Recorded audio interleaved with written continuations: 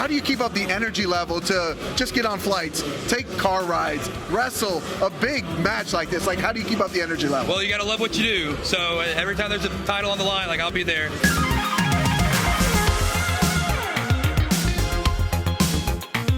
Hey guys, welcome back to another interview here on Toned In Entertainment. Today we're at CCW Bash at the Brew in Hialeah, Florida, and I'm joined by Luke Sampson. How you doing, Luke? Doing good. How are you? I'm doing fantastic. Now you're here at CCW? Yeah, first time down here in Miami for the unbranded one.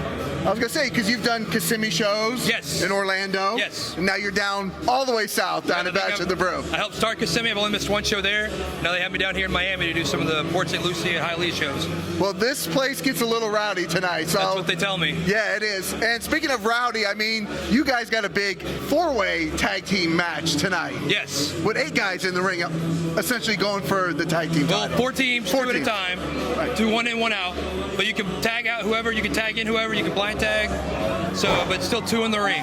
Okay. So, I mean, you guys are going up against, I know, Skitz and Ozzy Kilmeister in there. You've got Elliot, Qrow, and the Wrangler, Nick Turner. Yep. And of course, the CCW Tag Team Champions, the Qrow. Yes, this will be the 3rd time we've stepped in the ring for the CCW tag titles. First match, no finish, we kind of got in a little tussle at the end.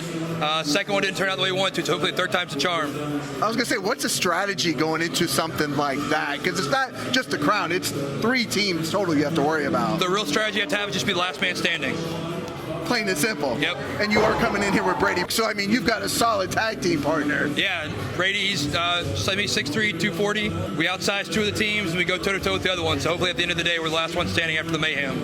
Now, I did see, and correct me if I'm wrong, that you flew down here from Georgia today. Yes. Yes, all the way down to Miami. Yes. So traveling, you know, you have to go back.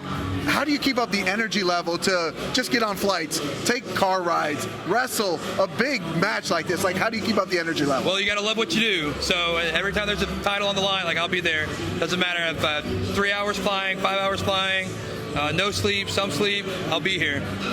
It's just for the love of it. It keeps the adrenaline going. That's what I say, stay on the grind, yep. Now, you did train at the Nightmare Factory. Yes. Train. Yeah. So tell me about the experience being at a great facility like that, training. I started with QT Marshall when he opened it up at the original Power Factory back in 2017. So I've been in with the whole entire experience, switching from the Nightmare Factory when Cody came on board. It's been a great experience. Now we have, of course, Coach Cody Rhodes. Coach Billy Gunn is now there as well. And then, of course, Coach QT Marshall. So it's great guys to learn under. Yes. A lot of experience. I was going to say, speaking of that, QT Marshall is actually here tonight. Yes. Wrestling Fuego del Sol. 100%. Here at CCW, I mean. Yep, putting the AAA title on the line.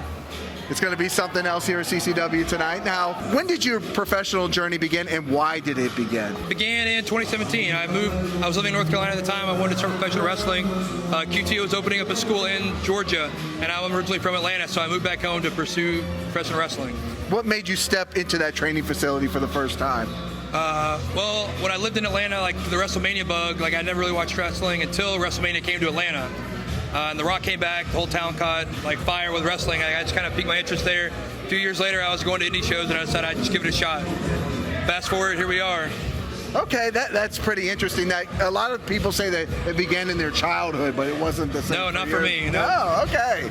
Now, you've been doing this since 2017. Yes. So that's 7 years right now, roughly 7 years. What would you say the biggest lesson maybe you've learned about yourself in those 7 years has been? The zone outside where you're comfortable is the most fun to be at. Just put yourself out there, and everything will fall into place. Now, here on Toned In Entertainment, you know, we're more than just, you know, wrestling. We love a lot of pop culture as well, too. So if you have like that favorite like weekend guilty pleasure movie to go to, what would it be? The first Pirates of the Caribbean movie. That's the one. If it's always on TV, I'll just leave it on and let it play. Okay. Have you ever been on the Pirates of the Caribbean ride in Disney World? I have not. You haven't? And that's your movie. Yeah. That's your movie. Okay. I haven't been on it. It's funny because they actually have redone the ride from when I was a kid to now. Have they? Yeah, it wasn't influenced. Well, the ride influenced the movie, but now the movie influences the ride. Okay. You got Jack Sparrow and all that. Okay. Well, you are here in a tag team tonight. So what would you say you enjoy most, tag team wrestling or singles wrestling? Singles wrestling, while it can be fun, tag team's just a whole nother level. There's 4 guys. There's anything can happen. It's just that extra bit of chaos can throw everything into disarray. So when you're in there, you not only have to worry about the guy in the ring, you got to worry about the guy on the apron. But luckily, I have a great great tag partner. He always got my back. So the other guy tries to sneak something, like he's always there for me. With Ric Flair coming back to AEW, right? It got me thinking, right? Like, the Four Horsemen are a timeless group.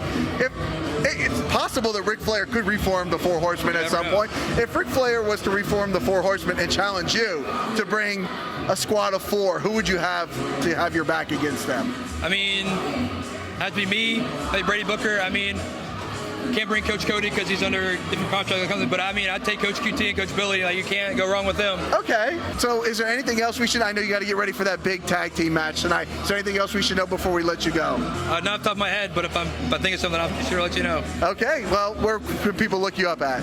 It's Luke Sampson, BFD, on Instagram, and I guess his Twitter's still a thing. All right, Twitter, X, something still there like that. as well, but mostly on Instagram. Luke Sampson, BFD. Well, we have mentioned AEW, and you have wrestled some matches in AEW as well, too. So go ahead and tell me about those experiences. My first one was against Fuego. He's actually here tonight. He's here, right? It's a great match I had with Fuego. Then I wrestled Frankie Kazarian. I did a 6-way against Daniel Garcia and then Cool Hand Luke before they were all in the Jericho Appreciation Society. Right. We did a 6-way with them. And then there's a dark match, never aired, tag match that I had in Jacksonville. I don't know if I can say it or not. But it was probably the biggest one that I did. Oh, no. Okay. Tagged with another person from the Nightmare Factory. It was against the Fuegos. Okay. So that was probably the biggest one I had there. Oh, that's kind of a bummer when it doesn't actually make it there. You're like, I got it out there. Oh, well.